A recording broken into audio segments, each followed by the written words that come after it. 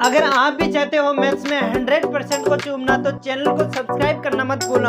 Hello iron friends, मैं Malauda शिवलहरी coaching में आपका फिर से स्वागत करता हूं और आज मैं आपके लिए लाया हूं जो एक समीकरण लाया हूं, दो चर वाले रैखिक समीकरण वाला क्वेश्चन लाया हूं। तो जो भी चैनल पर नए हैं तो चैनल को सब्सक्राइब कर लीजिए। सब्सक्राइब के बटन के पास बेल आइकन दिया उसे सेलेक्ट करके ऑल पे सेलेक्ट कर लीजिए ताकि आपको आने वाले हर एक नए वीडियो की नोटिफिकेशन पहुंचती रहेगी, ठीक है।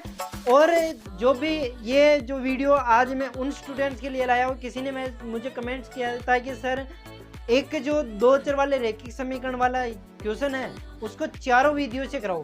कितनी विधियों से? चारों विधियों। तो चारों विधियाँ कौन कौन सी है उनके बारे में चर्चा करेंगे। चारों विधियों से इस क्वेश्चन को हल करने वाले, ताकि देखो किसी भी कोई भी क्वेश्चन मतलब आपकी किसी भी विधि से आ सकता है। आपके कोई भी विधि का नाम दे के उस क्वेश्चन को हल करने के लिए पूछ सकता है। और साथ में एक खुशखबरी और दे देता हूँ आपको, जिसको भी अपने बुक के सभी वीडियो चाहिए वो अपने चैनल का प्लेलिस्ट में जाके सभी वीडियो प्राप्त कर सकता है, ठीक है। तो आज देखते हैं इस क्वेश्चन को कि क्या बोल रहा है, किस प्रकार इसमें कौन कौन सी चारों विधियों कौन कौन सी है। दो चर वाले रैखिक समीकरण में चार विधियां कौन कौन सी। एक तो जो आलेख्य विधि या ग्राफ विधि है, आलेख्य विधि या ग्राफ विधि है। दूसरी है अपनी विलोपन विधि, तीसरी है अपनी प्रतिस्थापन विधि और चौथी अपनी वज्र गुणन विधि। तो चारों विधियों से इस क्वेश्चन को करने वाले हैं। तो देखो जिसको भी इन चारों विधियों में कंफ्यूज होगा आज वो कंफ्यूज यानी कि जो भी समस्या होगी आज वो दूर हो जाएगी। और रही बात है आपको जो क्वेश्चन से इक्वेशन बनाना, तो इक्वेशन यानी कि समीकरण तो आपको बनाना आनी चाहिए। तो करते हैं इसको पहले आलेखीय विधि से। देखो चार विधियां कौन कौन सी एक बार में नाम बता देता हूं मैं। एक तो होती है आपके आलेखीय, आलेखीय बोलो चाहे ग्राफीय बोलो एक ही बात है, ठीक है। दूसरी हो गया आपके विलोपन, तीसरी हो गया आपके प्रतिस्थापन और चौथी अपने वज्र गुणन। तो ये चारों की चारों विधियां अपन जानने वाले। और ऐसा आपके ऑप्शन में क्वेश्चन भी आ सकता है कि दो चर वाले रैखिक समीकरण युग्म को, दो चर वाले रैखिक समीकरण युग्म को हल करने की कितनी विधियां हैं। कितनी विधियां हैं? चार विधियां। और द्विघात बहुपद को, द्विघात बहुपद को हल करने की कितनी विधियां या द्विघात समीकरण को हल करने की कितनी विधियां हैं। तो वो है तीन विधियां। कौन कौन सी? गुणनखंड, कौन सी? गुणनखंड और पूर्ण वर्ग वाली, और एक है श्रीधराचार्य सूत्र। तो ये चारों की चार, इसमें तीन विधियां कौन कौन से? द्विघात बहुपद के लिए। कौन से? द्विघात बहुपद के लिए, द्विघात बहुपद के लिए। आप इनमें कंफ्यूज मत होना कि आलेखीय श्री अपने जो चर एक चर वाले रैखिक समीकरण दो चर वाले रैखिक समीकरण युग्म है उनको हल करने की तो तीन विधियां है ना, चार विधियां हैं। तो बढ़ते हैं पहली विधि आलेखीय विधि पे। तो इनको मैं रब कर देता हूं। तो आलेखीय विधि होती है, आलेखीय विधि में क्या है आपको सबसे पहले ये बात ध्यान में रखनी है कि ये जो देखो आपको जैसे इस प्रश्नावली में तो पता नहीं चलेगा कि मतलब कौन सी विधि से करें, लेकिन इसमें कोई सी भी विधि आ सकती है तुम्हारे। जैसे आलेखीय विधि आ गए आपके, तो आलेखीय विधि में आपको सबसे पहले रब कार्य में ऐसे साइड में रब कार्य में आपको प्रतिच्छेद बिंदु निकाल लेने हैं। तो इसके प्रतिच्छेद बिंदु क्या होंगे, यहाँ पे मैं रब कार्य में पहले निकाल लेता हूं मैं। तो इसका x -2y बराबर 0 और 3x + 4y बराबर 20, ठीक है। अब इनके गुणांक समान बनाने, x वाले गुणांक, तो ऊपर वाले को मैं 3 से गुणा कर दूं तो क्या x के गुणांक मतलब इनके गुणांक समान आ जाएंगे। तो ऊपर वाले समीकरण को जैसे मैं 3 से गुणा कर दिया, 3 एकम 3 और 3 दूनी 6 और यहाँ पे तो 0 होगा। तो घटा लेंगे, घटाने पर माइनस माइनस, ठीक है। तो ये तो हो गए कैंसिल और यहाँ पे बच गया माइनस का 10 y बराबर -20, माइनस से माइनस कैंसिल, y बराबर आ जाएगा आपके 20/10 यानी कि 2। y बराबर क्या आ गया? 2 आ गया आपके, ठीक है। अब इस y के मान को किसी एक समीकरण में निकाल रख के x का मान निकाल लो ताकि आपको प्रतिच्छेद बिंदु प्राप्त हो जाएगा। तो आप जो उसका ग्राफ बनाओगे तो ग्राफ में आप जो उसके नजदीक वाले बिंदु ही काम में लोगे। जैसे y का मान 2 आ गया तो y के जो मान रखोगे तुम 0 1 2 3 कुछ भी यहां तक ही रखना। आप ऐसा नहीं कि 10 20 15 ग्राफ बड़ा हो जाएगा, ठीक है। इसके बाद बढ़ो आगे। तो आगे रखो प्रतिच्छेद बिंदु, जैसे समीकरण नाम दे दो, इसको 1, इसको नाम दे दो 2। इसका y का मान समीकरण 1 में रख दो तो x का मान मिलेगा -2 × 2 बराबर 0। ये 4 हो के उधर आ गया बराबर 4। x का मान क्या आ गया? 4 आ गया। ठीक है, तो अब देखो x का और समीकरण में x का मान भी क्या रखना है? 4 रखना है। समीकरण 2 में भी x का मान कितना रखना है? 4 रखना है। तभी y के मान आपको जो प्रतिच्छेद बिंदु प्राप्त हो जाएंगे। तो मैं आगे बढ़ता हूं। अब मान रखते चलते हैं और आगे बढ़ते चलते हैं। ठीक है, पहले समीकरण 1 ले लेते हैं, फिर समीकरण 2 लेते हैं। तो समीकरण 1 से तो समीकरण 1 क्या है? x - 2y बराबर 0। तो x बराबर क्या आ जाएगा? 2y। ये इधर माइनस का, इधर आते प्लस का। जैसे मैं y बराबर रखता हूँ 1, y बराबर क्या रखता हूँ 1, तो x बराबर क्या आ जाएगा? x बराबर 2 × 1 बराबर x बराबर आ जाएगा, क्या आ जाएगा? 2। y बराबर रखता हूँ मैं 2, तो x बराबर क्या आ जाएगा? 2 × 2। y का मान यहाँ पे रख दिया 2, तो x बराबर आ जाएगा 2 दूनी 4। अब टेबल बना लो आप, क्या टेबल बनेगी वो टेबल बना लो। तो यहाँ पे तो रखो x और यहाँ पे रखो y, x और y। वेरी वेरी मोस्ट है ये, आपके क्वेश्चन परीक्षा में आ सकता है। y का मान 1 रखा, x का मान 4 आ गया, और y का मान 2 रखा, x का मान 4 आ गया। अब देखो इधर क्या बढ़ रहा है? 1 1 बढ़ रहा है, तो एक और आगे बढ़ा दो, 3 हो गया। इधर क्या, सॉरी यहाँ पे आएगा आपके 2, x का मान 2। इधर क्या 2 2 बढ़ रहे हैं, तो 2 और बढ़ा तो 6। 3 बिंदु ही चाहिए, ज्यादा नहीं चाहिए अपन को, 3 बिंदु ही चाहिए।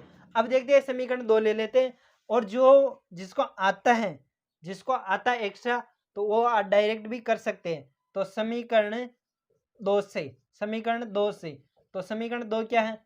3x + 4y बराबर 20। डायरेक्ट कैसे? जैसे मैं ग्राफ बना लेता हूँ यहाँ पे, पहले सॉरी ग्राफ की सारणी बना लेता हूँ। ये x का मान, ये y का मान। तो जैसे यहाँ पे इससे x इधर रख लूँ मैं, y को उधर भेजना मुझे, तो 3x बराबर क्या हो गया? 20 - 4y। 20 माइनस क्या हो गया? 4y। ये 3 गुणा में उधर जाते भाग में, तो ये आ जाएगा x बराबर 20 - 4y बटे 3। तो यहाँ पे रखते चलो। तो जैसे y का मान में रखता हूँ 1, तो 1 रखता हूँ, सॉरी 0 रख लो, तो 0 रखोगे तो 20 में 3 का पूरा भाग नहीं जाएगा। ये भी ध्यान रखना है कि जिसमें 3 का पूरा भाग जाता है वही मान रखने हैं। तो y बराबर जैसे में 1 रहेगा तो 3 का भाग नहीं जाएगा, क्योंकि देखो 16 बचेंगे, 16 में 3 का भाग नहीं जाता है, तो 1 नहीं रखना। y बराबर रखता हूँ मैं 2, तो y बराबर 2 रखा तो 4 दूनी 8, और 12 में सॉरी 20 में से 8 गए तो 12, तो y बराबर जैसे रखा मैंने 2, तो 12 में 3 का भाग दिया तो 3 चौक 12 4। ठीक है, अब इसके बाद देखो y बराबर में रखूं, यहाँ पे 2 तो रख दिए, 3 रखूं, तो 4 3 12, 12 घटाए तो 8 बच गए, 8 में 3 का भाग नहीं जाता है। अब इसके बाद रखो, क्या रखते हैं? इसके बाद रखो 3 रख दिया, 4 रखो, तो 4 चौक 16, 16 तो 20 घटाओ, तो ये भी नहीं बेटा, ये भी नहीं, 3 चौक 12, 8 बच गए, तो ये भी नहीं बेटा, 4 ही बेटा।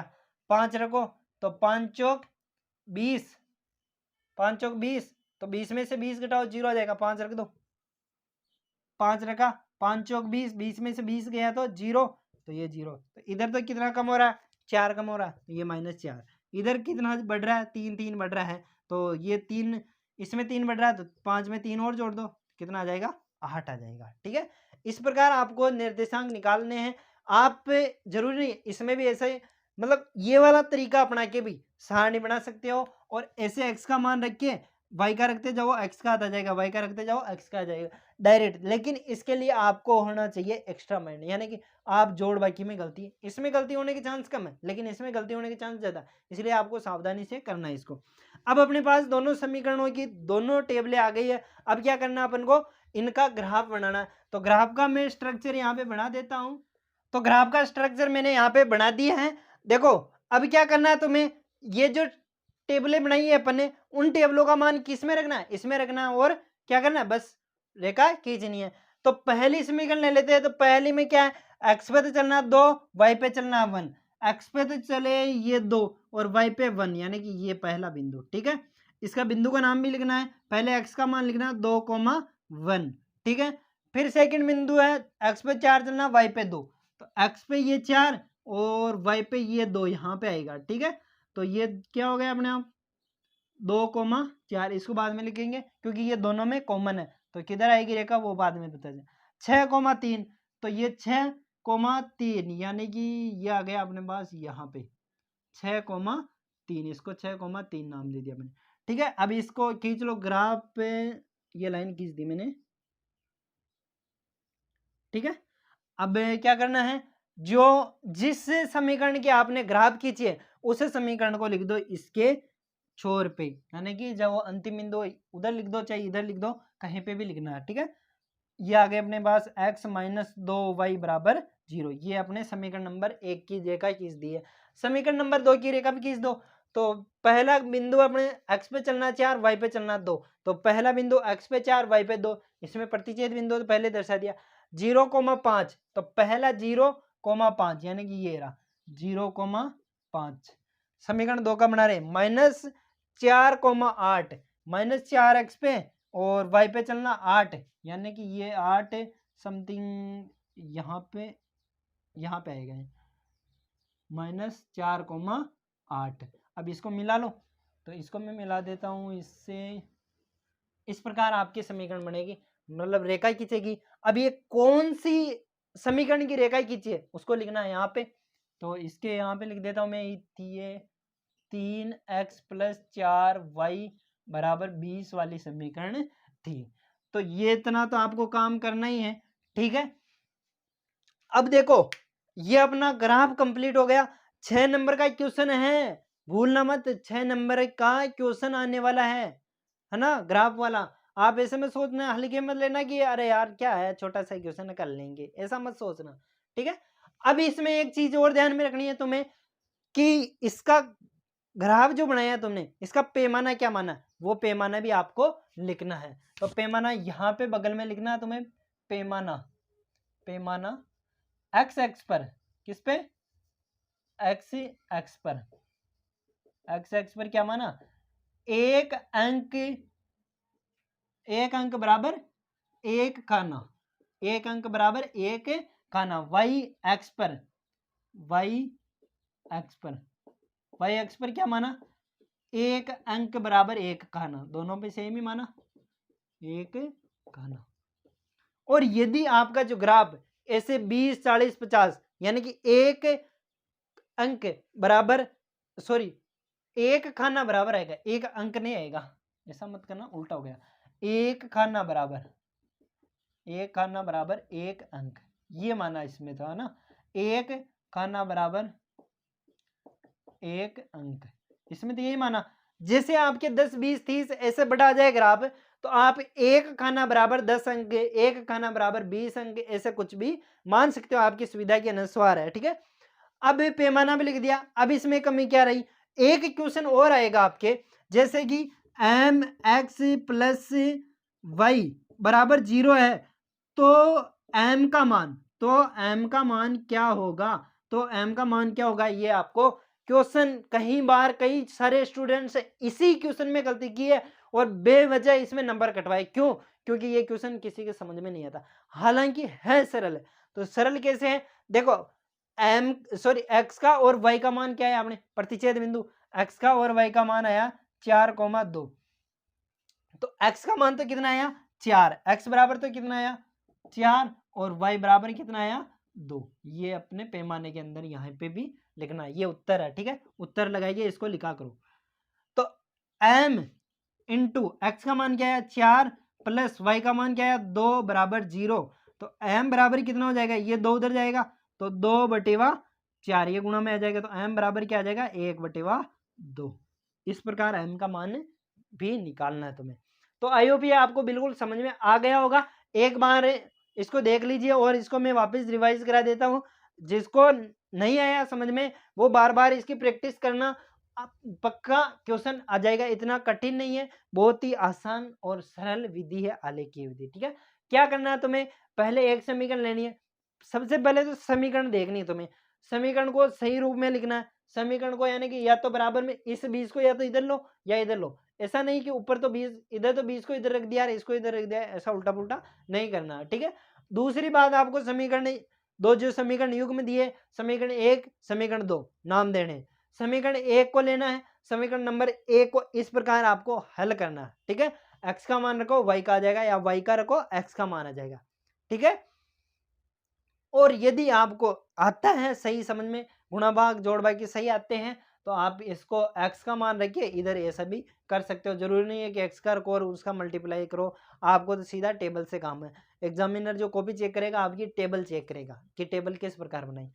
टेबल कंप्लीट होने के बाद तुम्हें देखना है, लेना है ग्राफ, और ग्राफ में आपको दर्शाना है इस प्रकार बिंदु, और बिंदु दर्शाने के बाद उसके पैमाना लिखना नहीं भूलना है। सबसे मोस्ट बात है पैमाना लिखना और उत्तर लिखना। और यदि इस प्रकार का क्वेश्चन आ जाए, m का मान ज्ञात कीजिए, तो इस प्रकार के क्वेश्चन को ऐसे सोल्व करते हैं। अब बढ़ते हैं इसके नेक्स्ट विधि। ये तो हो गई अपने आलेखीय विधि। कौन सी विधि? आलेखीय विधि। तो ये तो कौन सी होगी? आलेखीय या ग्राफीय विधि कंप्लीट हो गई। अब बढ़ते हैं इसके नेक्स्ट विलोपन विधि पे। कौन सी विधि पे? विलोपन विधि पे। तो इसको मैं एक बार रब कर देता हूं, जो भी देखना चाहते हैं वीडियो को पॉज करके इसको देख लीजिए। अब बढ़ते हैं इसके विलोपन विधि पे, तो इसको मैं एक बार साफ कर देता हूं। तो बढ़ते हैं इसके नेक्स्ट विधि, विलोपन विधि। कौन सी विधि? विलोपन विधि। तो विलोपन विधि क्या कहती है वो अभी इसमें जानने वाले हैं। तो विलोपन विधि से हल करते हैं। विलोपन विधि से हल, किससे? विलोपन विधि से हल। तो विलोपन विधि क्या कहती है? देखो, विलोपन विधि में क्या करना है तुम्हें, जैसे x को गायब करना है तो x के गुणांक को समान करने पड़ते हैं। x को गायब करना है, विलोपन का मतलब विलुप्त करना होता है, यानी कि गायब करना। तो x को गायब करना है तो x के गुणांक को सेम करना पड़ेगा। y को विलुप्त करना है तो y के गुणांक को y के गुणांक को समान करना पड़ेगा, ठीक है। तो समीकरण 1 और 2 लेते हैं। तो यहाँ पे देखो, x माइनस 2y बराबर 0 और 3x प्लस y बराबर 20। अब इनके x के गुणांक, मैं x को विलोपित कर रहा हूँ, x के गुणांक को समान करने के लिए, तो समीकरण नंबर 1 को तो मैं किससे गुणा कर दूं? 3 से गुणा कर दूं। और समीकरण 2 को 1 से गुणा कर दूं, तो 1 से गुणा करने से तो कोई फर्क पड़ेगा ही नहीं। तो समीकरण नंबर 1 को मैं 3 से गुणा कर देता हूँ यहाँ पे, और इसको 1 से। तो 3x माइनस 6y बराबर 0, और ये आ गया 3x प्लस 4y बराबर 20। अब घटाने पर, क्या करने पर? घटाने पर क्या होते हैं? चिन्ह चेंज हो जाते हैं, माइनस, ये माइनस, तो ये 3x कैंसिल हो गया, ये प्लस का था ये माइनस का था, कैंसिल हो गया। यहाँ पे माइनस के 6y और माइनस के 4y कितने हो गए? माइनस के 10y। यहाँ पे माइनस का 20 बच गया, ठीक है। y बराबर क्या आ गया? माइनस 20 बटेवा माइनस 10। माइनस से माइनस कैंसिल, 20 में 10 का भाग दिया तो y बराबर कितना आ गया? 2। y बराबर कितना आ गया?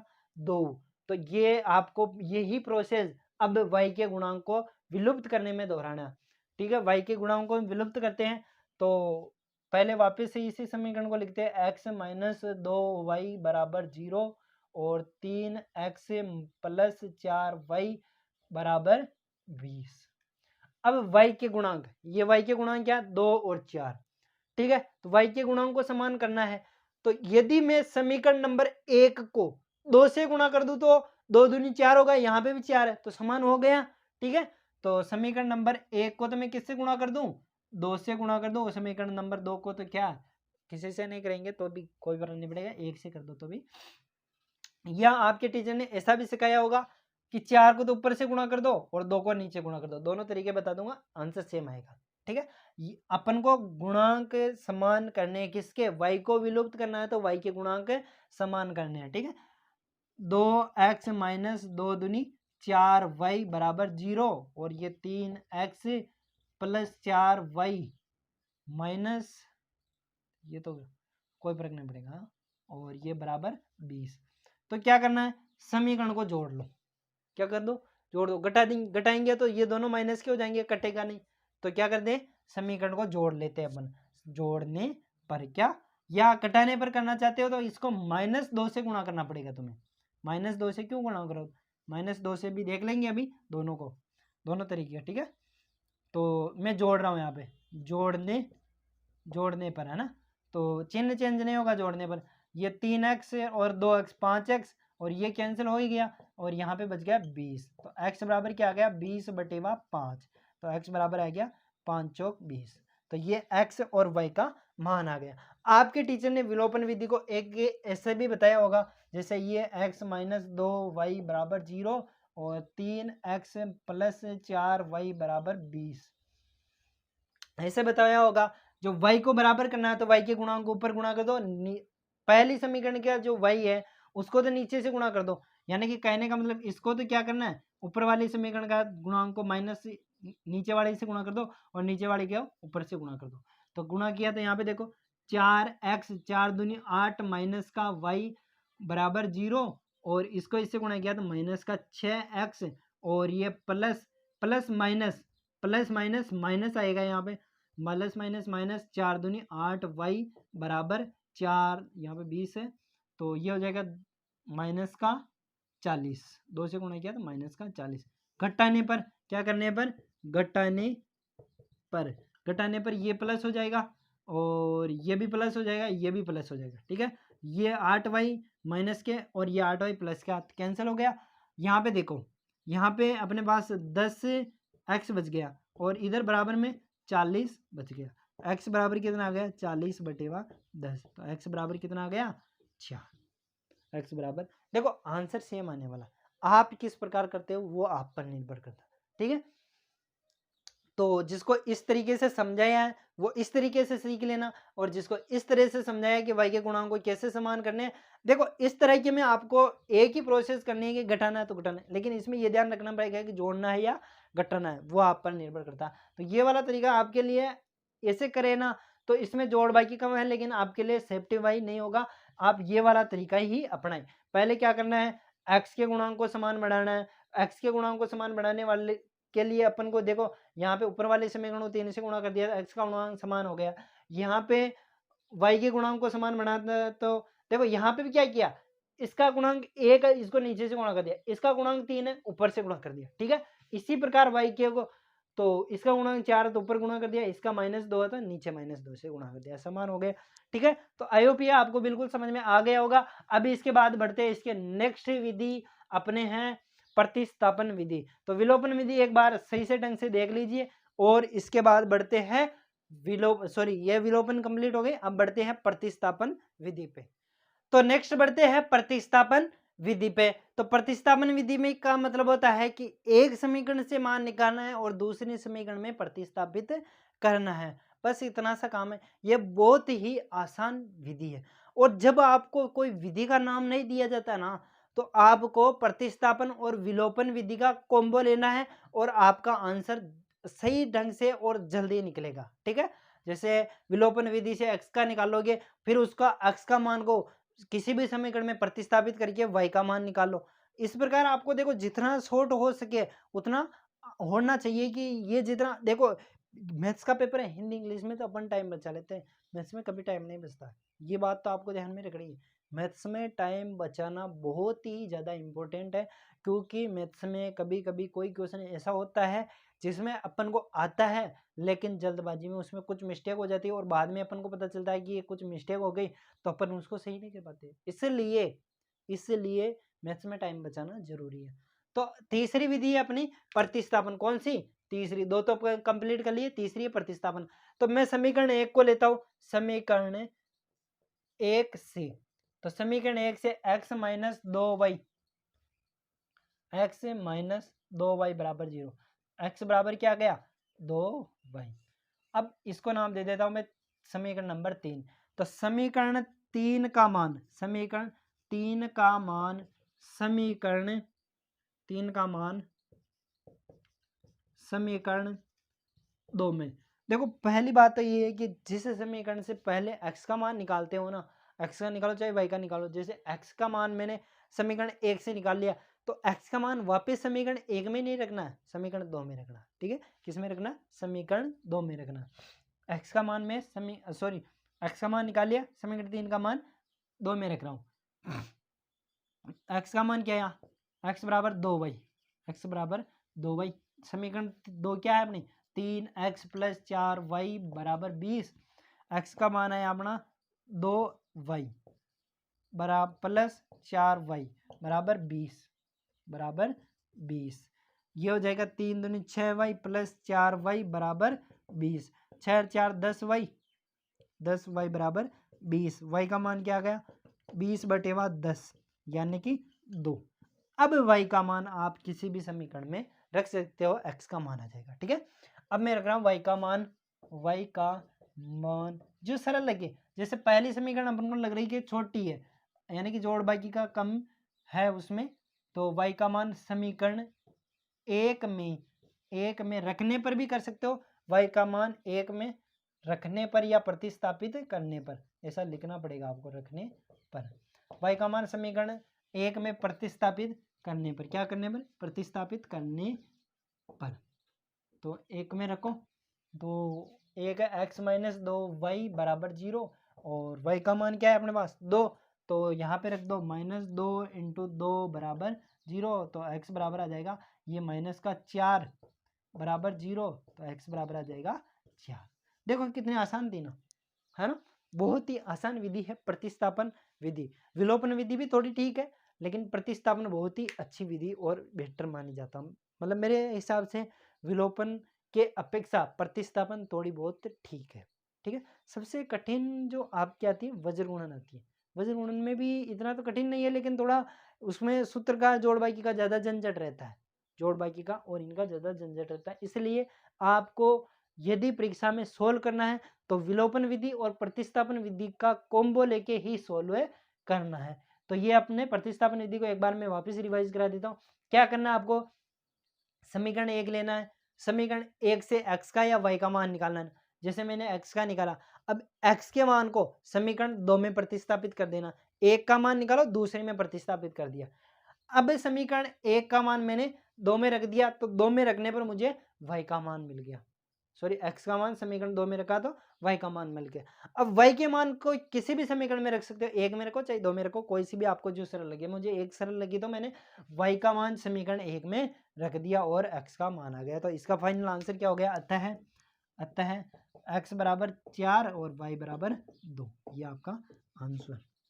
ठीक है, अब बढ़ते हैं इसके नेक्स्ट वज्र गुणन विधि पे। तो ये आपकी 3 विधियां कंप्लीट हो गई। चौथी विधि पे बढ़ते हैं। चौथी विधि क्या है, वज्र गुणन विधि। तो बढ़ते हैं वज्र गुणन विधि पे। तो बढ़ते हैं फाइनल वज्र गुणन विधि। एक विधि और रह गई अपनी वज्र गुणन विधि। तो वज्र गुणन विधि को कैसे करते हैं, यदि आप बुक के हिसाब से चलोगे तो बिल्कुल समझ में नहीं आएगा।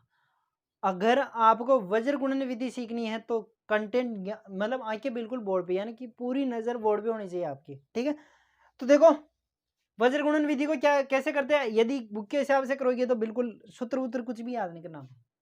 सूत्र याद करना ही नहीं है, मैं तो बोल रहा हूँ, सूत्र तो गया बाढ़ में, मतलब नहीं है सूत्र का। तो ठीक है, कैसे करना है, देखो आपको लिखना पहले तो x, फिर लिखना -y और फिर लिखना 1, इनके लगा देना बटेवा और बराबर, बस इतना सा काम कर लिया।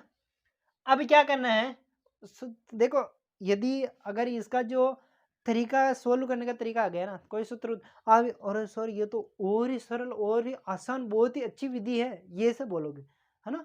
तो देखो x के नीचे मान लिखना है तो x को छिपा लो, x को छिपा लिया।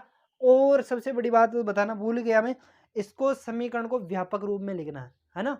दोनों जो समीकरण होती है उनको मानक रूप में, तो समीकरण का मानक रूप क्या होता है, a1x plus b1y plus c1 बराबर 0, a2x plus b2y plus c2 बराबर 0, ये मानक रूप है। तो ऐसे ही रूप में लिखने के लिए इसको क्या करेंगे, चेंज करते हैं।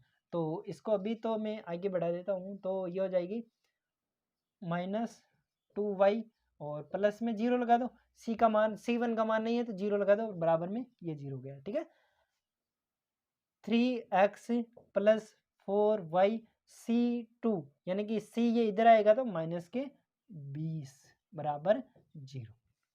अब नाम दे दो इसको समीकरण नंबर 1 और समीकरण नंबर 2। तो ये मानक रूप में आपको जमाना आना चाहिए पहले तो बात। ठीक है, तो समीकरण को सही कंडीशन में लिखना जरूरी है। अब देखो x के नीचे मान लिखना है तो इसको छिपा लो, इसको और इसको गुणा करो, बच्चा जो y के गुणांक को और इसको, वज्र गुणा का मतलब यही होता है, इसको तिरछा गुणा करना है, ठीक है। तो इसको और इसको गुणा किया मैंने, -2 को -20 से गुणा किया, -2 को -20 से गुणा किया तो -2 इंटू -20 और बीच में लगाना है तुम्हें माइनस का चिन्ह। अब क्या करना है, ये छिपा हुआ, अब इसको गुणा करना है, 4 को 0 से गुणा करना है, तो 4 को मैंने गुणा कर दिया 0 से, ठीक है।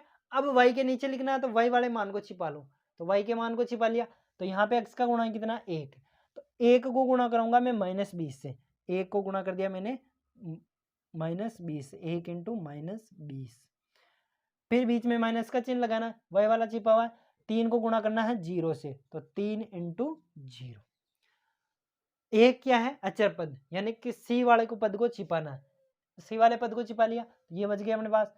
अब इसको गुणा किया मैंने इससे, तो 1 इंटू 4 और -3 इंटू -2, ठीक है।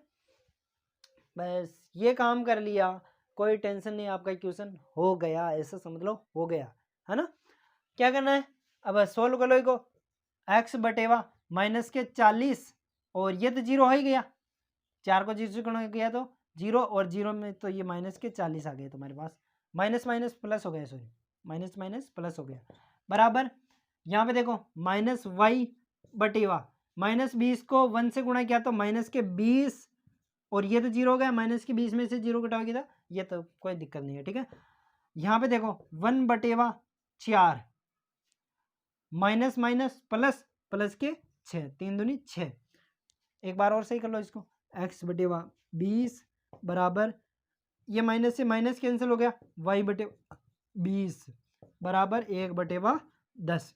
अब देखो इसको फर्स्ट नाम दे दो, इसको सेकंड नाम दे दो और इसको थर्ड नाम दे दो। अब कॉम्बो लेने हैं तुम्हें, कैसे कैसे, तो मैं पहले ले लेता हूँ फर्स्ट व सेकंड से, फर्स्ट व सेकंड से नहीं, फर्स्ट व थर्ड से, एक बार फर्स्ट व थर्ड का लेना, फिर सेकंड व थर्ड का लेना। तो फर्स्ट व सेकंड का हो गया x बटेवा 40, फर्स्ट व थर्ड का, सॉरी फर्स्ट व थर्ड का 1 बटेवा 10, वजन गुणा किया तो यहाँ पे 10x बराबर आ जाएगा 20, x बराबर आ जाएगा 40 बटेवा 10, यानी कि x बराबर आ जाएगा तुम्हारे पास 4, ठीक है। इसके बाद देखते हैं कॉम्बो लेते हैं सेकंड व थर्ड का, सेकंड व थर्ड से, सेकंड व थर्ड से, तो सेकंड व थर्ड क्या है, सेकंड है y बटेवा 20 बराबर 1 बटेवा 10, y बटेवा 20 बराबर 1 बटेवा 10, वज्र गुणा किया 10 से y बराबर 20, तो y बराबर आ जाएगा 20 बटेवा 10, यानी कि y बराबर 2। ये x और y का मान चारों विधियों में सेम आया, आलेखीय, प्रतिस्थापन, विलोपन और वज्र गुणांक। आई होप ये बिल्कुल आपको समझ में आ गया होगा। देखो एक बार मैं वापस रिवीजन करा देता हूँ, इतना आसान कोई भी नहीं सिखाने वाला आपको, पूरा यूट्यूब खोज लेना, इतना आसान नहीं आने वाला है बेटा। देखो आपको बुक से समझना चाहोगे, बुक से भी नहीं आएगा समझ, आपको क्या करना है, ऐसी ट्रिक फॉलो करना है, बिना फालतू फॉर्मूले और में नहीं पढ़ना है। सबसे पहले x लिखना, फिर -y लिखना, फिर 1 लिखना, फिर उनके बटेवा लगाना, तीनों को बराबर करना है। ये बात आपको पक्का समझ में आ गई। उसके बाद क्या करना है, x के नीचे मान लिखना है। तो और एक बात ये भी ध्यान में रखनी कि समीकरण को मानक रूप के रूप में होनी चाहिए, जैसे 20 इधर थे, यानी कि बराबर में 0 होना चाहिए, सीधी बात है, बराबर में 0 होना चाहिए। x के नीचे मान लिखना है तो x को छिपा लो और इनको, इनके गुणांकों को तिरछा गुणा कर लो, ठीक है। तो y के नीचे लिखना, y को छुपा लो और इनके गुणांकों को नीचे गुणा कर लो, ठीक है, तिरछा गुणा कर लो। इसके बाद आपको 2-2 के कॉम्बो बनाने, फर्स्ट व थर्ड का और सेकंड व थर्ड का कॉम्बो बना के एक्स वाई का मान निकाल लिया। तो यहाँ पे ये बिल्कुल आपको समझ में आ गया होगा फ्रेंड्स। आपको मैंने आज इन चारों विधियों के बारे में बता दिया है, कौन कौन सी, आलेखीय, प्रतिस्थापन, विलोपन और वज्र गुणन, चारों विधि आ गई अपने पास, है ना। तो देखो इसमें से एक भी 6 नंबर का क्वेश्चन आएगा, 6 नंबर में से 1 नंबर भी नहीं करने चाहिए, ऐसी मैं आशा करता हूँ। और मैं आशा करता हूँ कि आपका क्वेश्चन पेपर अच्छा हो, यानी कि आपका बोर्ड पेपर अच्छा हो, बहुत ही बढ़िया हो, और मेरी तरफ से आपके लिए बहुत ही शुभकामनाएं। और आपको इतना ही आग्रह है कि आप वीडियो को लाइक करके सब्सक्राइब कर दीजिए और अपने फ्रेंड्स को भी शेयर कीजिए ताकि उनके भी कम से कम 6 नंबर आ जाए और वो पास हो जाए। Thank you.